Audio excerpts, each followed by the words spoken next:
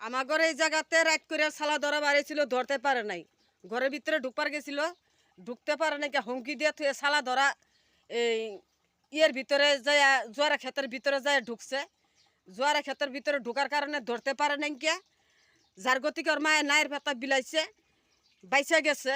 কিন্তু এই বস্তুটা কিন্তু বড় সড়ো একটা হাত আছে, একটা সন্দেহযুক্ত বড় সড়ো হাত না থাকলে এরকম ছালা ধরা আমরা ছোটো থেকে দেখছি। আমরা এরকম ছালা ধরা দেখি নাকি, ছোটো থেকে দেখছি যে ছালা ধরা মানে নামলেও একজন কিবা দুজন চারজন কিবা পাঁচজনের আসিল।